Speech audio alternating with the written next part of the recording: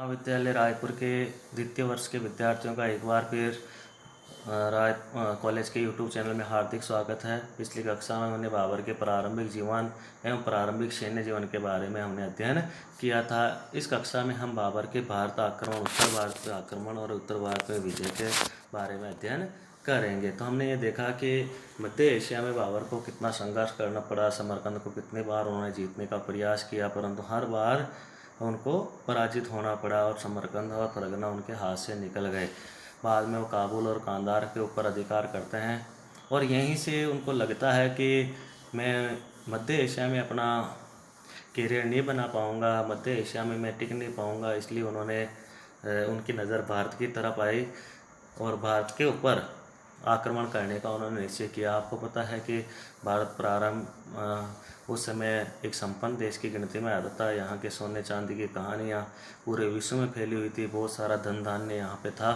तो बाबर ने भारत के ऊपर आक्रमण करने का निश्चय किया। पिछली कक्षा में हमने उनके जीवन परिचय के में पढ़ा था कि 1519 से लेकर 1526 तक बाबर ने भारत में 5 बार आक्रमण किया। प्रथम 4 बार उनको कोई सफलता नहीं मिली, परंतु 5वीं बार 1526 में वो दिल्ली के सुल्तान इब्राहिम लोदी को पराजित करने में सफल रहे और दिल्ली पे अधिकार करने में सफल रहे। तो हम इस कक्षा में विस्तार से उत्तर भारत में उनकी जो विजय हुई उनके बारे में अध्ययन करेंगे। दिल्ली सल्तनत पर खिलजी राजवंश के पतन के बाद अराजकता की स्थिति बनी हुई थी, क्योंकि अंतिम जो योग्य सुल्तान था वो अलाउद्दीन खिलजी था। अलाउद्दीन खिलजी के बाद जितने भी शासक हुए वो अयोग्य थे खिलजी वंश के। तुगलक वंश में भी कोई खास शासक नहीं हुए इतने अच्छे। और लोधी वंश में 3 शासक में जैसे सिकंदर लोधी थोड़ा योग्य था, इसके अलावा बहलोल लोधी और इब्राहिम लोधी दोनों ही कमज़ोर शासक थे। तो धीरे धीरे दिल्ली सल्तनत का राज्य कमज़ोर हो गया और इसी का फ़ायदा उठाया। और इस दिल्ली सल्तनत को कमज़ोर करने में तैमूर का भी हाथ था। तैमूर का आक्रमण 1398 में होता है और जिससे दिल्ली सल्तनत की स्थिति और कमज़ोर हो जाती है। तो इसी स्थिति का फ़ायदा उठाते हुए बाबर ने भारत पर आक्रमण करने का निश्चय किया। तैमूर लंग के आक्रमण के बाद शहीदों ने स्थिति का फ़ायदा उठाकर दिल्ली की सत्ता पर आधिपत्य कायम किया। तैमूर लंग के द्वारा पंजाब का शासक बनाए जाने के बाद खिज़र खान ने इस वंश की स्थापना की। बाद में लोधी वंश के अफगानों ने शहीदों को हराकर सत्ता हथिया ली। तो जब बाबर का भारत के ऊपर आक्रमण होता तो दिल्ली में लोधी वंश का शासन था और यहाँ के जो शासक थे वो थे इब्राहिम लोधी। तो बाबर का जो प्रथम मुकाबला होता है, जो एक बड़ा मुकाबला होता है और निर्णायक मुकाबला होता है, वो होता है पानीपत के युद्ध में इब्राहिम लोधी के साथ। इब्राहिम लोधी इस समय दिल्ली के सल्तनत के सुल्तान थे। बाबर को लगता है कि दिल्ली की सल्तनत पर फिर से तैमूर वंशियों का शासन होना चाहिए। एक तैमूर वंशी होने के कारण वो दिल्ली सल्तनत पर कब्जा करना चाहता था, क्योंकि उनके जो पूर्वज था तैमूर लंग, उसने भी दिल्ली के ऊपर अधिकार किया था कुछ समय के लिए। तो बाबर ये चाहता था कि मेरा भी अधिकार दिल्ली के ऊपर हो। उसने सुल्तान इब्राहिम लोधी को अपनी इच्छा से अवगत कराया, कहा कि आप मेरे अधीनता स्वीकार कर लो और दिल्ली का राज्य मुझे दे दो। इब्राहिम लोधी ने जवाब नहीं दिया। इब्राहिम लोधी के जवाब नहीं आने और उसने छोटे छोटे आक्रमण करने प्रारंभ कर दिए। सबसे पहले उसने कंधार पर कब्जा किया। इधर शाह इस्माइल को तुर्कों के हाथों भारी हार का सामना करना पड़ा। इस युद्ध के बाद शाह इस्माइल और बाबर दोनों ने बारूदी हथियारों की सैन्य महत्ता को समझते हुए उनका उपयोग अपनी सेना में प्रारंभ कर दिया। और भारत जीतने में भी जो सबसे महत्वपूर्ण योगदान था वो था बाबर का बारूद और तोपों का प्रयोग और तुलगुमा युद्ध पद्धति का प्रयोग। इन दोनों की कहानी बाबर ने इब्राहिम लोधी को पराजित किया। ये दोनों सैन्य तकनीकों की वजह से इब्राहिम लोधी को विजय प्राप्त करने में बाबर सफल रहा। इसके बाद उसने इब्राहिम लोधी पर आक्रमण किया। पानीपत में लड़ी गई इस लड़ाई को पानीपत का प्रथम युद्ध के नाम से जाना जाता है। ये देखो भाई, ये पानीपत का प्रथम युद्ध बहुत निर्णायक, हालांकि क्योंकि पानीपत के 3 युद्ध हुए थे, परंतु प्रथम युद्ध भी बहुत ज़्यादा निर्णायक था, क्योंकि एक राजवंश समाप्त होता है और दिल्ली में नवीन राजवंश की स्थापना होती है। यह युद्ध बाबरनामा के अनुसार 21 अप्रैल, बाबर ने अपने आत्मकथा लिखी ना बाबरनामा, उसमें के अनुसार 21 अप्रैल 1526 को लड़ा गया। इसमें बाबर की सेना इब्राहिम लोधी की सेना के सामने बहुत छोटी थी, पर सेना में संगठन के अभाव में इब्राहिम लोधी ये युद्ध बाबर से हार गया। इसके बाद दिल्ली की सत्ता पर बाबर का अधिकार हो गया और 1526 में उन्होंने नए राजवंश मुगल वंश की नींव डाली।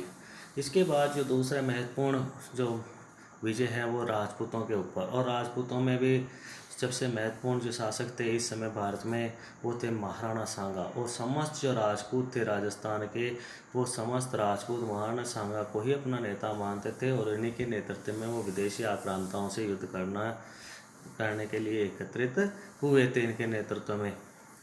तो दिल्ली के पतन के बाद में जो बाबर के सामने सबसे बड़ी चुनौती थी वो महाराणा सांगा थी, क्योंकि उत्तर भारत में सबसे ज़्यादा शक्तिशाली शासक इब्राहिम लोदी के बाद महाराणा सांगा ही था। तो बाबर को यह आवश्यक हो गया कि महाराणा सांगा को पराजित करे। अगर उनको भारत में अपना राज्य स्थापित करना है तो महाराणा सांगा को पराजित करना अति आवश्यक था। इसलिए महाराणा सांगा और बाबर के बीच में युद्ध होना निश्चित हो गया, क्योंकि दोनों ही दिल्ली के ऊपर अधिकार करना चाहते थे, उत्तर भारत को अपने अधीन रखना चाहते थे। महाराणा सांगा के नेतृत्व में राजपूत काफ़ी संगठित हो गए और शक्तिशाली हो गए। राजपूतों ने एक बड़ा सा क्षेत्र स्वतंत्र कर लिया। जो पहले दिल्ली सल्तनत के अधीन थे ना भाई, उन सबको धीरे धीरे दिल्ली सल्तनत के शासकों को पराजित करके एक बड़े क्षेत्र के ऊपर राजपूतों ने अधिकार कर लिया।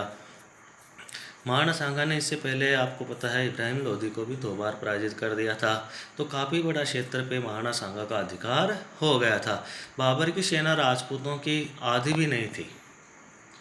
17 मार्च 1527 को खानवा में बाबर और महाराणा सांगा के बीच युद्ध हुआ।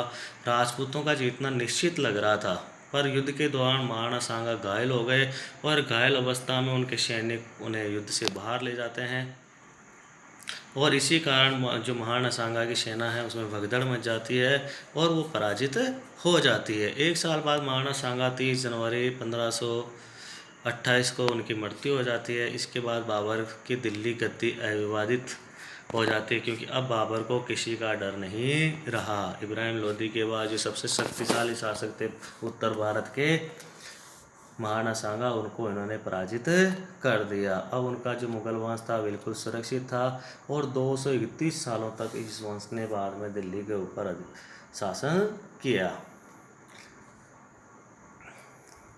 महाराणा सांगा के बाद में जो अगला राज्य था, चलो महाराणा सांगा के साथ जो खानवा का युद्ध हुआ इसके थोड़ा डिटेल में अध्ययन कर लेते हैं।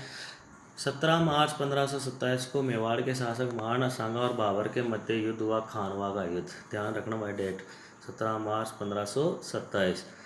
युद्ध में महाराणा सांगा के साथ खास तौर पर मुस्लिम यदुवंशी राजपूत, उस वक्त के मेवात के शासक खानजादा राजा हसन खान मेवाती, इब्राहिम लोदी के भाई महमूद लोदी,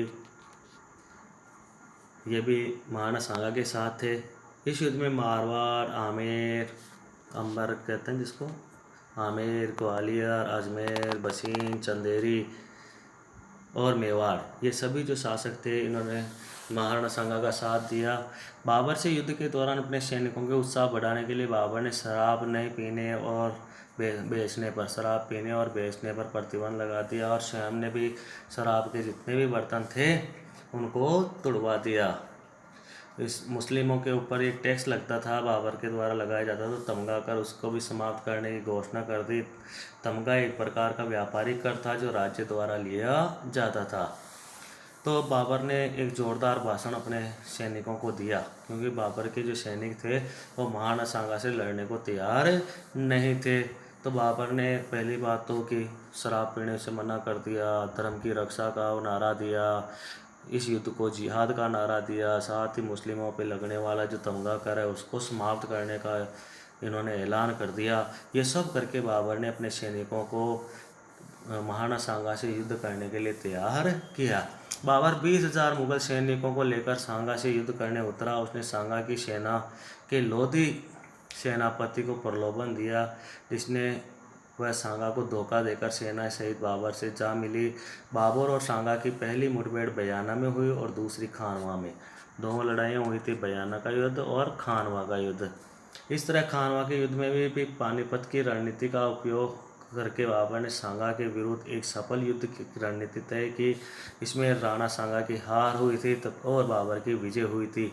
यहीं से बाबर ने भारत में रहने का निश्चय किया। इस युद्ध में ही प्रथम बार बाबर ने इस युद्ध को ही धर्म युद्ध घोषित किया, जिहाद का नारा दिया और स्वयं ने बाबर ने इस युद्ध को जीतकर गाजी की उपाधि धारण की। कौन सी उपाधि? गाजी की। गाजी का मतलब होता है धर्म योद्धा।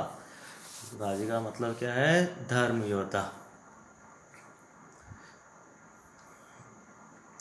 तो खानवा के विजय करती गई, राजपूत पराजित हो गए। राजपूतों का एक अन्य राज्य था चंदेरी, और चंदेरी के शासक इस समय मेदिनी राय थे। उन्होंने खानवा के युद्ध में महाराणा सांगा का साथ दिया था।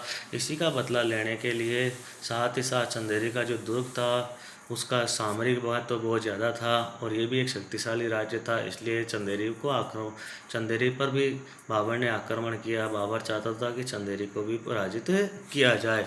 मेवाड़ विजय के पश्चात बाबर ने अपने सैनिक अधिकारियों को पूर्व में विद्रोहियों का दमन करने के लिए भेजा, क्योंकि पूर्व में बंगाल के शासक नुसरत शाह ने अफगानों का स्वागत किया और समर्थन भी प्रदान किया था। इससे उत्साहित होकर अफगानों ने कई स्थानों पर मुगलों को निकाल दिया था। बाबर को भरोसा था कि उसका अधिकारी अफगान विद्रोहियों का दमन करेंगे, अतः उसने चंदेरी पर आक्रमण करने का निश्चय किया। चंदेरी का राजपूत शासक मेदिनी राय खानवा के युद्ध में महाराणा सांगा के साथ युद्ध लड़ा था। जब चंदेरी में राजपूत सत्ता का पुनर्गठन हो रहा था, चंदेरी पर आक्रमण करने के निश्चय से ज्ञात होता है कि बाबर की दृष्टि में राजपूत संगठन अफगानों की अपेक्षा गंभीर था। वो जानता था कि राजपूत ज़्यादा गंभीर है या राजपूत ज़्यादा शक्तिशाली है, इसलिए पहले उन्होंने बाबर ने राजपूतों को पराजित करने का फैसला किया। अतः राजपूत शक्ति को नष्ट करना अधिक आवश्यक समझा था।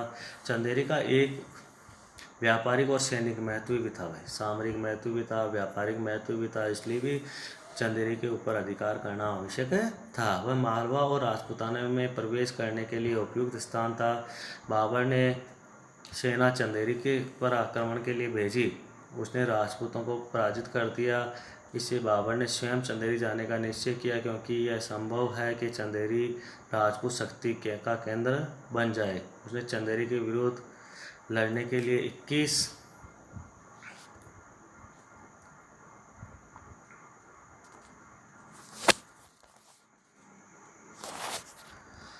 जनवरी 1528 की तारीख घोषित किया, क्योंकि इस घोषणा से चंदेरी की मुस्लिम जनता का जो बड़ी संख्या में समर्थन प्राप्त होने की आशा थी और जिहाद के द्वारा राजपूतों और इन मुस्लिमों का सहयोग रोका जा सकता था। उसने मेदिनी राय के पास संदेश भेजा कि वह शांतिपूर्ण रूप से चंदेरी का समर्पण कर दे, कि अपनी हार मान ले और चंदेरी हमको सौंप दें, और उसे शमशाबाद की जागीर दी जा सकती है। मेदिनी राय को कौन सी जागीर देने का वादा किया?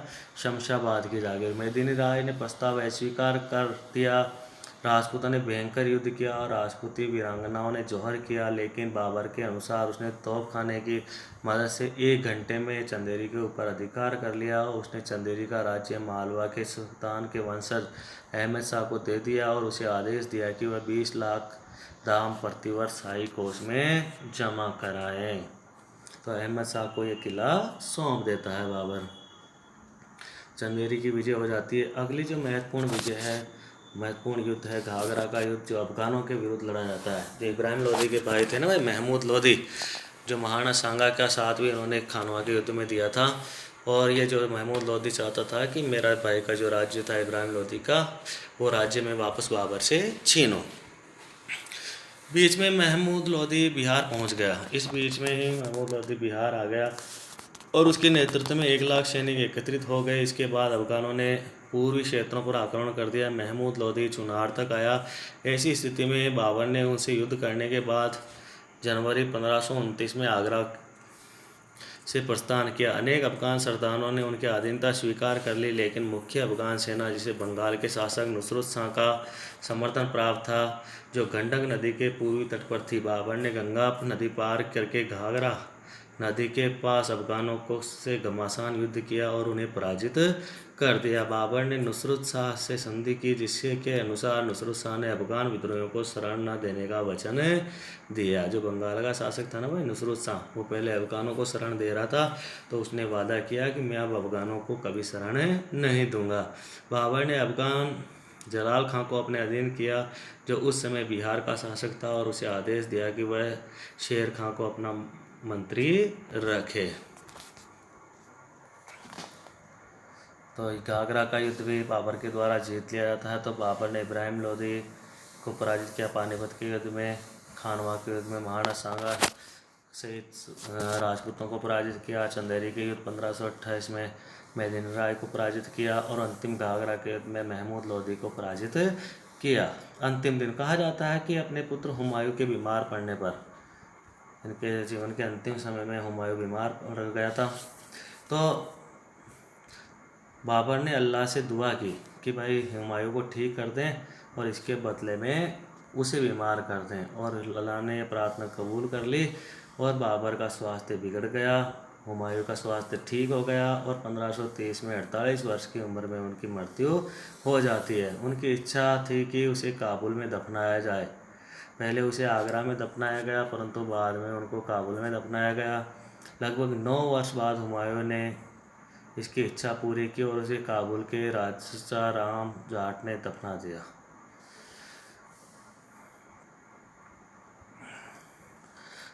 बाबर के बारे में कुछ महत्वपूर्ण क्वेश्चन बन सकते हैं भाई। बाबर को फरगना का शासन उसकी दादी दौलत बेगम की वजह से मिला, ये ध्यान रखना, कभी छोटा क्वेश्चन आ जाते।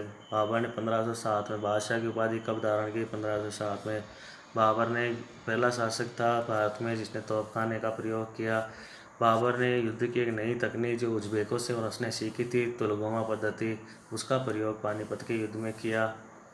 पानीपत की प्रथम लड़ाई जिसने के पीछे का कारण है कि बाबर के पास 2 प्रसिद्ध निशान बाज और तुलगोमा थी, तो इनकी वजह से वह पानीपत का प्रथम युद्ध जीत पाया। इसी के साथ आज की हमारी कक्षा